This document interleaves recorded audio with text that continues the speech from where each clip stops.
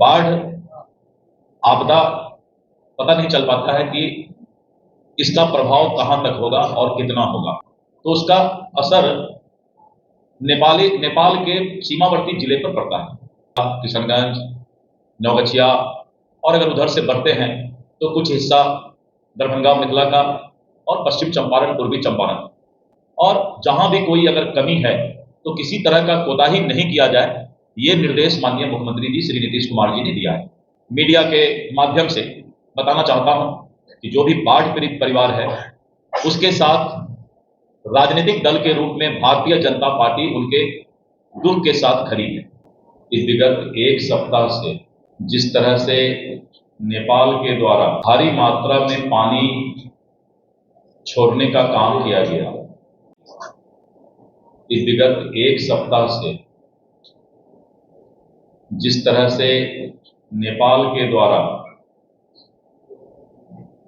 भारी मात्रा में पानी छोड़ने का काम किया गया और गंगा के भी जलस्तर में विगत एक सप्ताह पहले बढ़ोतरी हुआ था,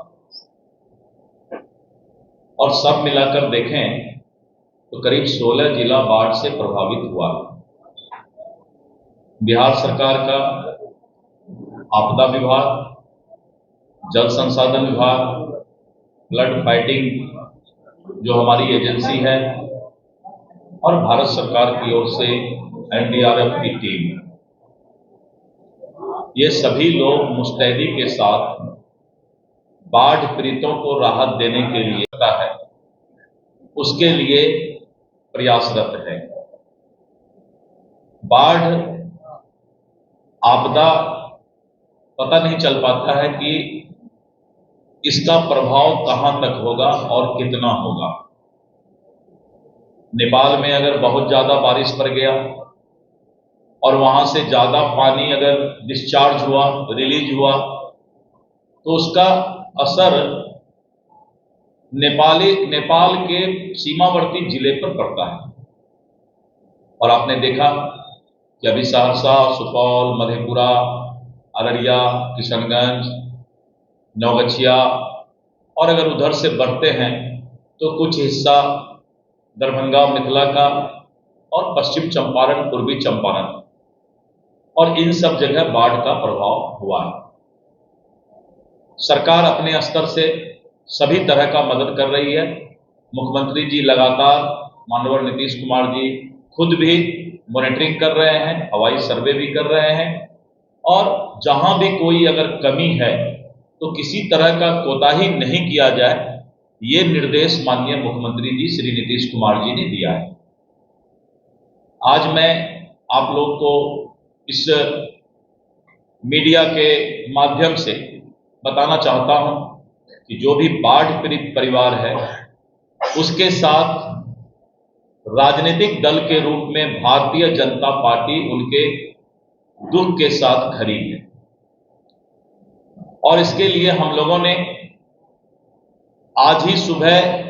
एक कमेटी बनाया है जिसमें हमारे सांसद श्री राधा मोहन सिंह जी हैं मोतिहारी के, बेतिया के सांसद डॉक्टर संजय जायसवाल जी हैं, दरभंगा के सांसद गोपाल जी ठाकुर जी हैं, और इस तरह सहरसा में हमने नीरज सिंह बबलू जी मंत्री, अररिया में प्रदीप सिंह जी, और करीब 11 लोगों का एक कमेटी भारतीय जनता पार्टी ने आज बनाया है कि हम राजनीति को सिर्फ सत्ता का हथियार नहीं बनाते हैं।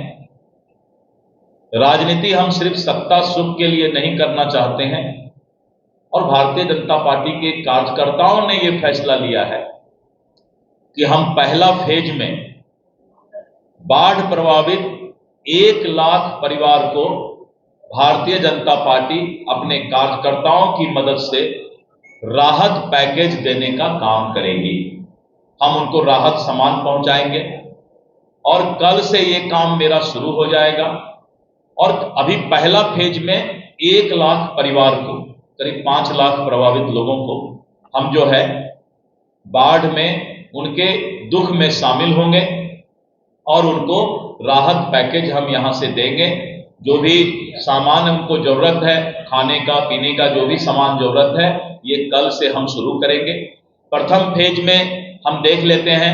कि कितने हद तक, क्योंकि जो लोग विस्थापित हुए हैं बाढ़ से, वो या तो किसी बांध पर हैं या किसी ऊंचे स्थान पर आ गए हैं, तो हम उन तक वो सामान पहुंचाएंगे जो वो बाढ़ के समय में भी खा सकें और उसका उपयोग कर सकें। तो 1 लाख परिवार को भारतीय जनता पार्टी सेवा के भावना से उनके साथ खड़ा होगी। और हम इसको देखेंगे 4-5 दिन में कि अगर 1 लाख परिवार के बाद बाढ़ की परिस्थिति और कैसी रहती है, तो ये संख्या हम दोगुनी भी करेंगे। जरूरत पड़ेगा तो फिर हम 1 लाख परिवार को ये राहत सामान पहुंचाएंगे,